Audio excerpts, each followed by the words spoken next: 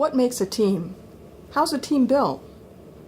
When we want inspiration for how to build a team, how to be part of a team, we look to the example of Christ. Jesus was both human and divine. He didn't need a team to accomplish his work, but he wanted one. His core team was his disciples.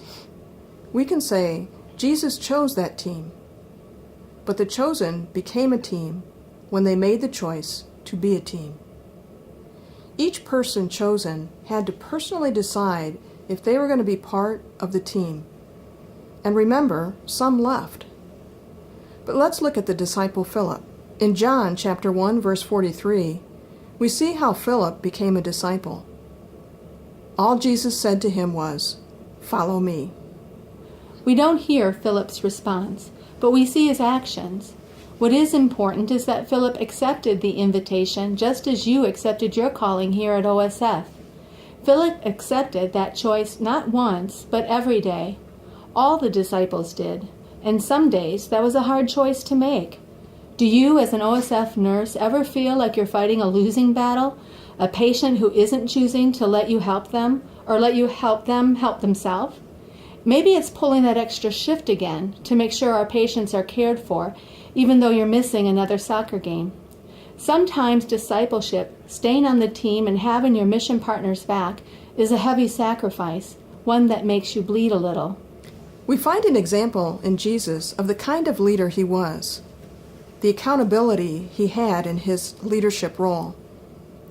Let me tell you, Jesus spent a lot of time on See It, and Jesus was right there with the disciples bearing the load.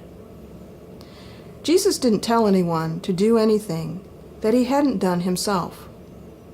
Remember the story of Jesus washing the disciples' feet? That's servant leadership. Just as Jesus served, so are we asked to serve one another. We share a common ground, just as Jesus did with his disciples. The first 4 he invited to join his team were all fishermen.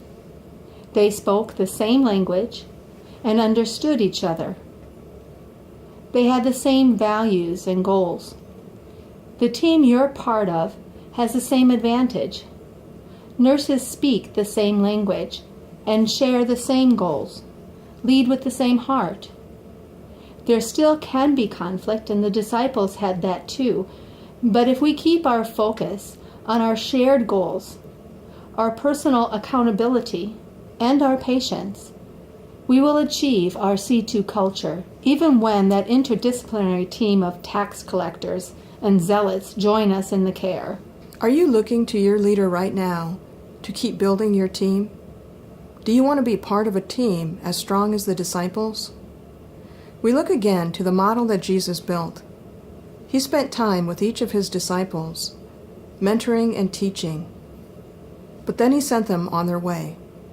He trusted them and believed they were capable of achieving everything he asked of them, even when the task or the request seemed impossible.